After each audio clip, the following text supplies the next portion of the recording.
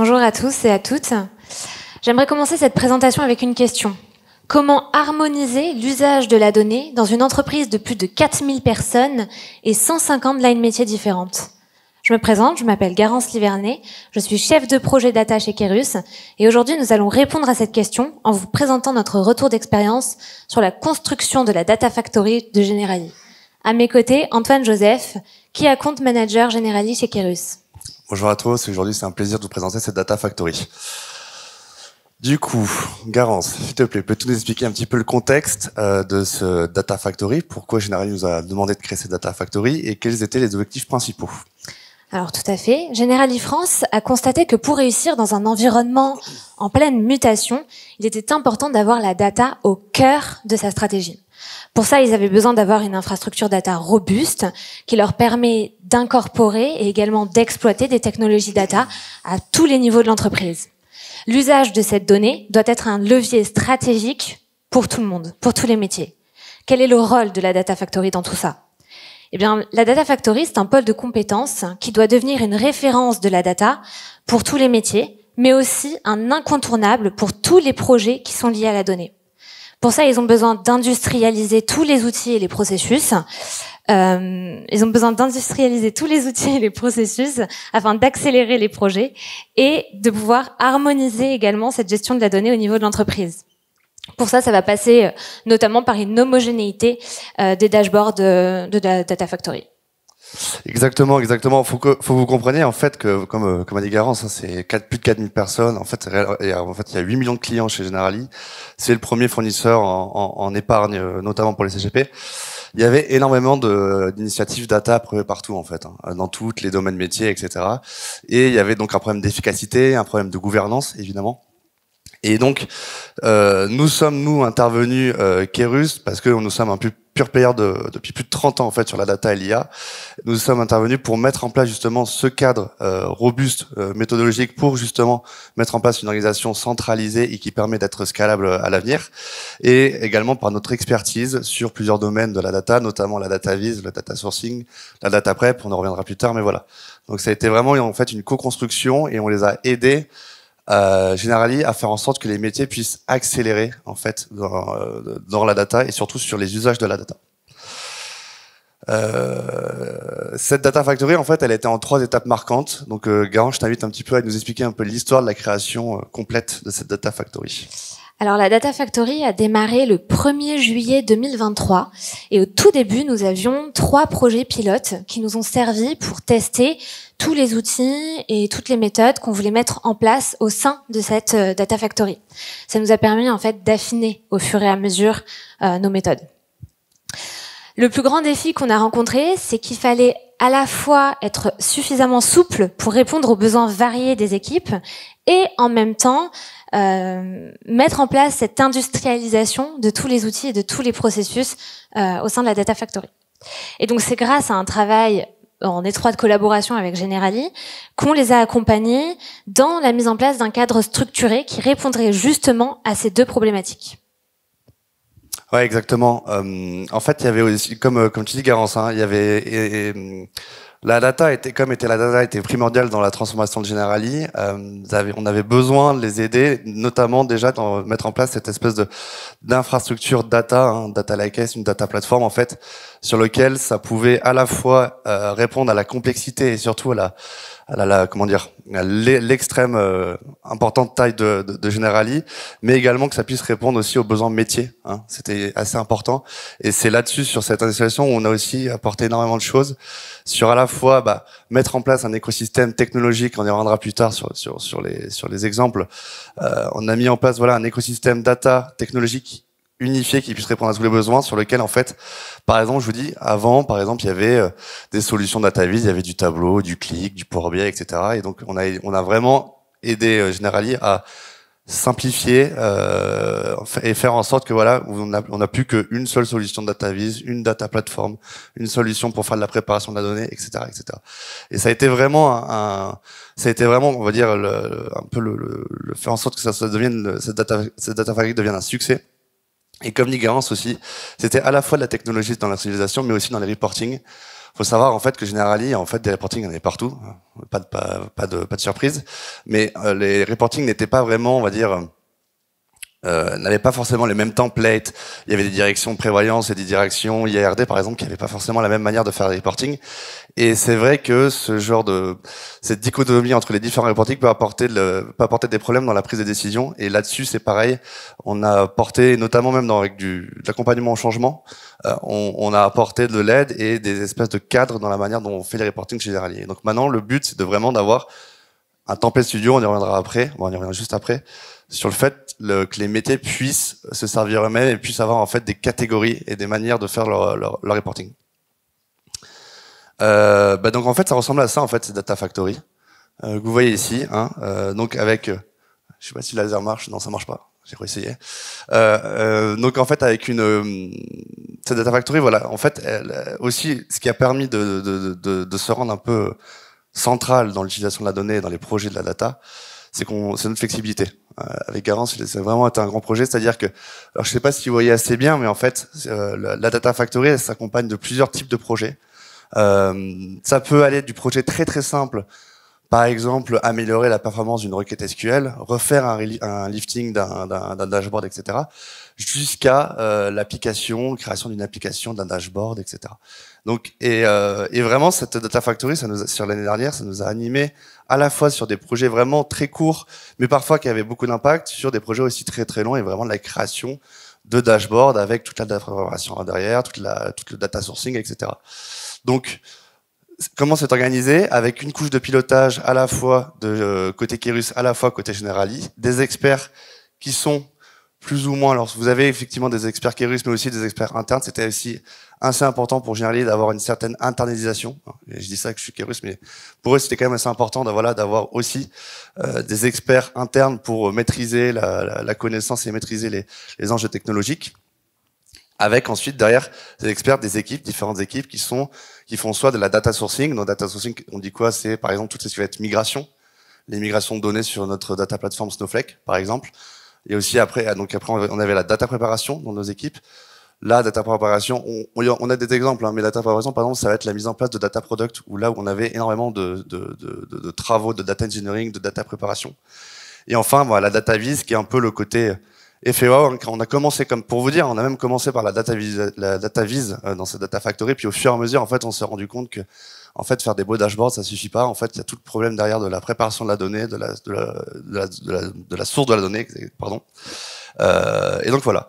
Et donc ensuite, juste en dessous, vous pouvez voir, en fait, il y a cette espèce de méthode de travail, comme on en disait, donc avec un bureau d'études, c'est du cadrage, en fait, tout simplement, des méthodes de delivery. Alors, on essaie d'appliquer au maximum l'agilité dans nos projets, même si parfois c'est évidemment compliqué.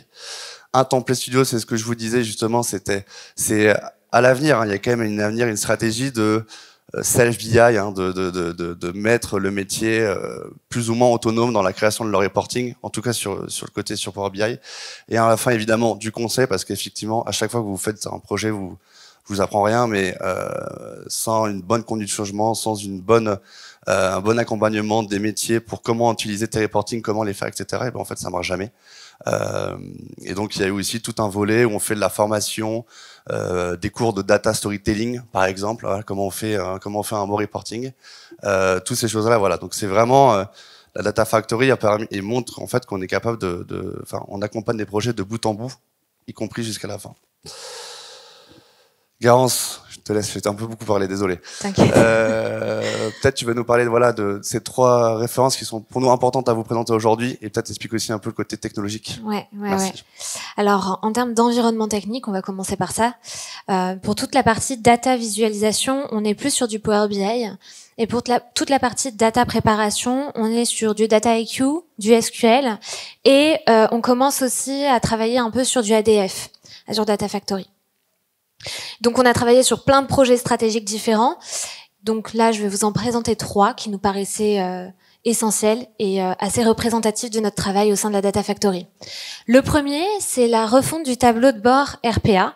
Donc ça, c'était un projet qui était assez simple. On part d'un outil qui existait déjà, qui était déjà utilisé par les métiers. Peut-être explique ce que c'est le RPA. Je ne sais pas si tout le monde sait ce que c'est le RPA.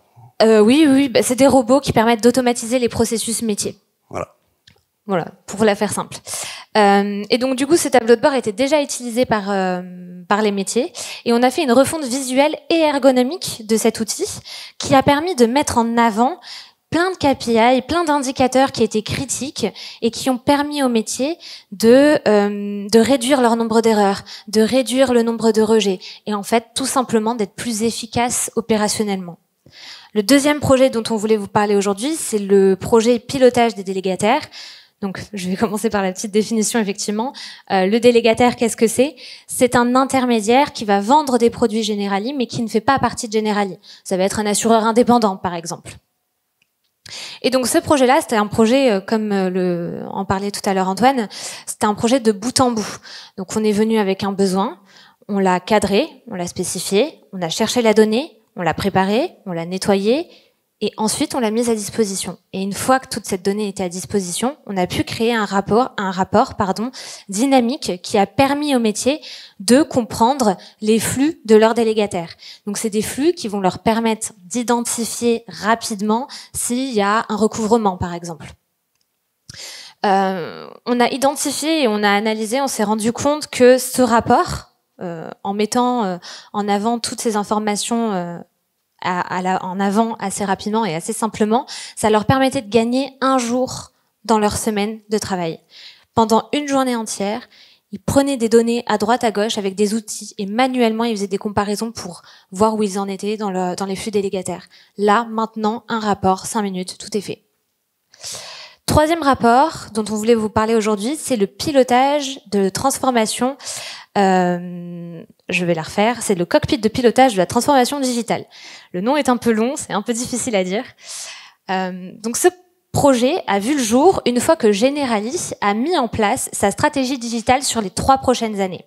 Et là, ils se sont rendus compte qu'ils avaient besoin d'un cockpit pour voir un peu où ils en étaient aujourd'hui. Quel est le taux de digitalisation? Quels sont les parcours de digitalisation? Quel est le taux d'automatisation? On parle côté client, mais aussi côté métier. Ils avaient besoin de voir et d'avoir un état des lieux de ce qui se passait à l'heure d'aujourd'hui chez Generali. Et grâce à ce rapport, non seulement ils voient l'état des lieux, ils sont capables d'identifier les axes sur lesquels ils doivent travailler, et en plus de ça, ils vont pouvoir voir les impacts que toutes les actions qu'ils auront mis en place vont avoir sur leur taux de digitalisation et leur taux d'automatisation. Ouais, exactement. Et en fait, c'est vrai que c'est 3 références qui sont assez essentielles à faire en sorte que cette data factory devienne un pilier et soit sécurisée au sein de Generali, soit comprise aussi. Hein. C'est important que ça soit compris. Pourquoi? Parce qu'en fait, voilà, comme t'as dit, Garance, hein, que ce soit la refonte du tableau de bord RPA ou le cockpit de pilotage de la transfo digitale, ce sont quand même des dashboards qui sont utilisés au niveau du comité exécutif de Generali France. Hein, donc c'est quand même des gens assez importants qui ont besoin de prendre des décisions importantes, hein, qui auront des impacts importants sur le métier. Et ces décisions ont besoin d'être éclairées et d'avoir des dashboards qui soient fiables et surtout compréhensibles. Et donc le fait que Kereus et Generali travaillent sur ces genres de sujets, et que ces dashboards soient aussi utilisés quotidiennement. Hein. Le tableau de bord du RPA est utilisé tous les jours par le directeur de l'innovation. Tous les jours, il regarde qu'est-ce qui se passe. Le pilotage, le cockpit de pilotage, c'est pareil. C'est au niveau de la direction opérationnelle et de la DSI, c'est regardé presque tous les jours. Donc, c'est vraiment, c'est parmi des projets qui ont été essentiels, mais il y en a plein d'autres. Hein. Il y a aussi, comme je disais avant, les data products, parce que vous savez très bien que les assurances ont pas mal de pression réglementaire, donc ça a été aussi un accélérateur dans l'émission de reporting pour le régulateur. Et enfin, la dernière référence était aussi essentielle parce que il fallait que cette data factory accompagne aussi les métiers et pas seulement l'IT.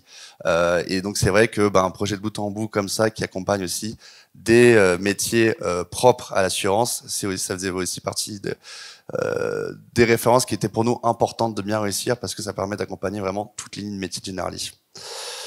L'heure est un peu bilan sur cette année. Garance, je te laisse te présenter ces jolis résultats. Tout à fait. Donc l'objectif, c'était que la Data Factory devienne une référence data chez Generali. Et les chiffres parlent d'eux-mêmes. Là, vous voyez, en 2024, on a travaillé sur une 40aine de projets différents. À l'heure d'aujourd'hui, on est fin mars. On n'en a pas 4 de plus, on en a 6 de plus, puisqu'entre-temps, on en a d'autres qui sont arrivés. Donc, petite victoire. Donc, on est capable de récupérer et de faire face à toutes ces demandes parce qu'on est capable de se structurer. Et on a été force de proposition, on a mis en avant de nouvelles expertises, de nouvelles compétences qui a permis de répondre à tous ces besoins au sein au sein de Generali. Je vais y arriver. Donc forcément, vous vous doutez, cette croissance, c'est une opportunité, mais c'est aussi un défi. Ce qui fait que on a mis en place des actions structurantes, mais on s'est mis aussi des objectifs pour réussir à faire face à toutes ces demandes. Donc pour ça, on a décidé d'avoir un planning stable, d'essayer en tout cas d'avoir un planning stable sur 3 mois, qui nous permet justement de savoir où on en est, de pouvoir anticiper également plus facilement et de mieux maîtriser nos délais. La deuxième partie, c'est le passage en mode UO.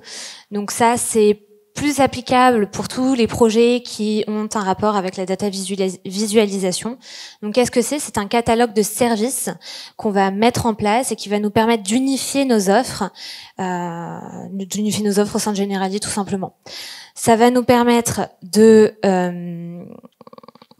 mieux maîtriser nos délais. Ça va nous permettre d'avoir une meilleure visibilité sur l'avancement de nos projets et d'avoir une meilleure efficacité également dans tous nos projets.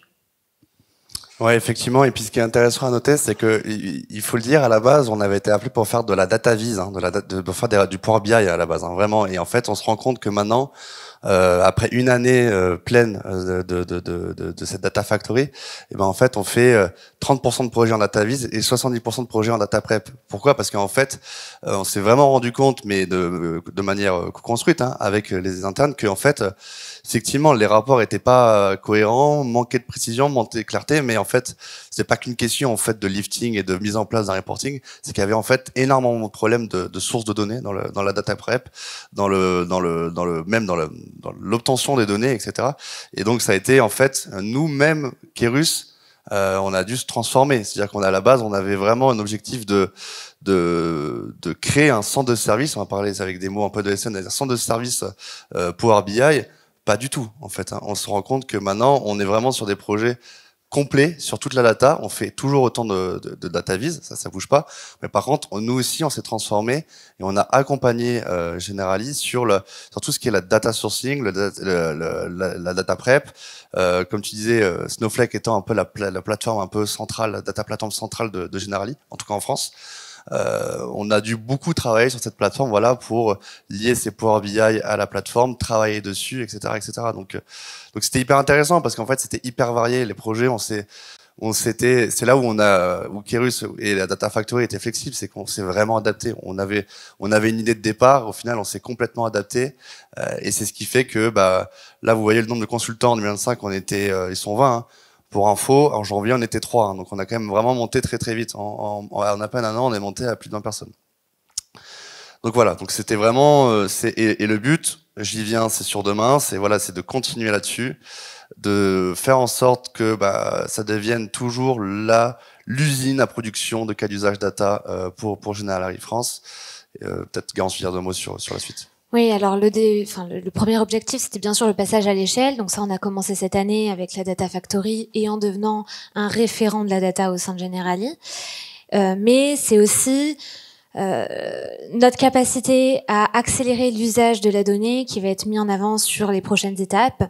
On a notamment pour objectif de travailler sur de nouvelles solutions, de nouvelles technologies, de plus en plus de projets innovants au sein de Generali.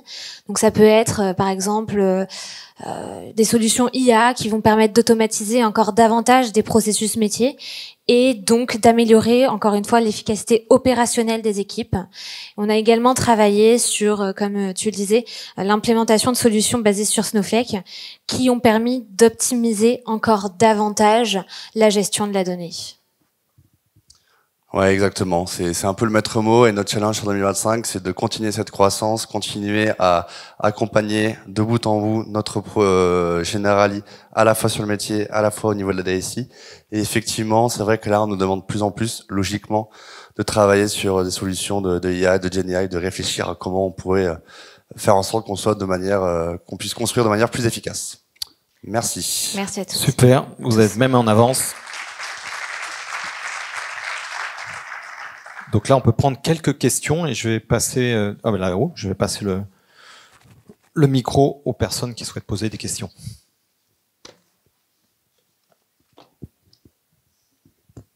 Merci pour cette présentation. Une question, comment vous assurez de la qualité des données sur cette Data Factory ?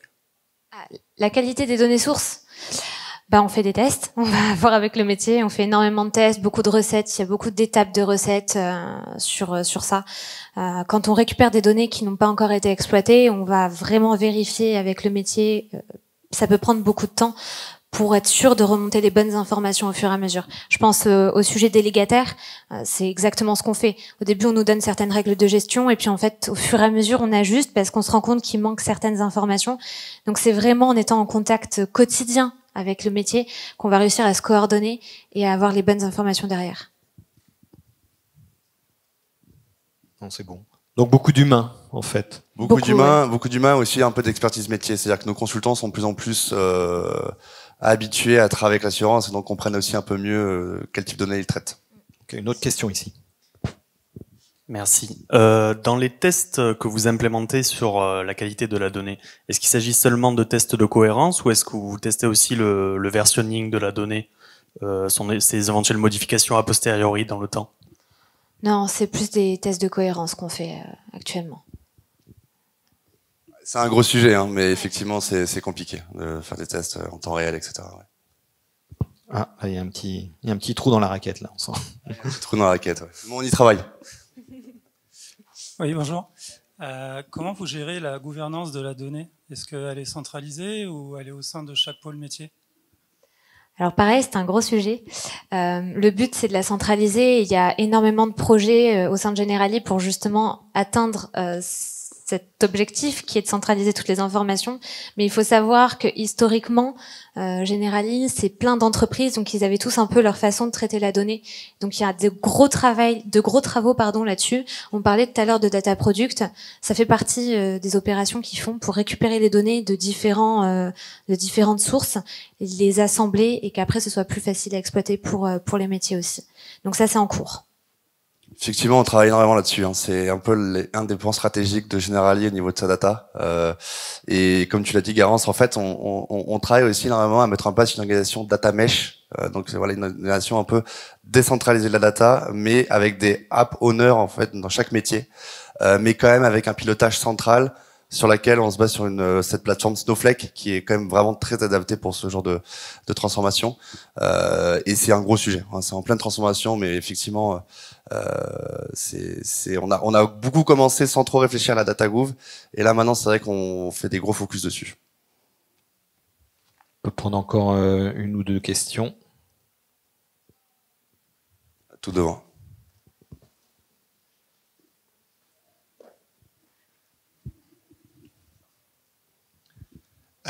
C'est au sujet du fait que vous avez fait une refonte assez majeure. J'ai été curieux d'en savoir un peu plus sur les techniques peut-être que vous avez mis en place pour accompagner le changement, surtout du point de vue utilisateur. Il y a sans doute des gens qui ont eu des outils qui ont profondément changé. Quelles ont été vos techniques pour les accompagner? Beaucoup de formations, bien sûr. En général, ce qu'on essaie de faire, c'est une formation plus globale qui va s'adresser à tous les métiers.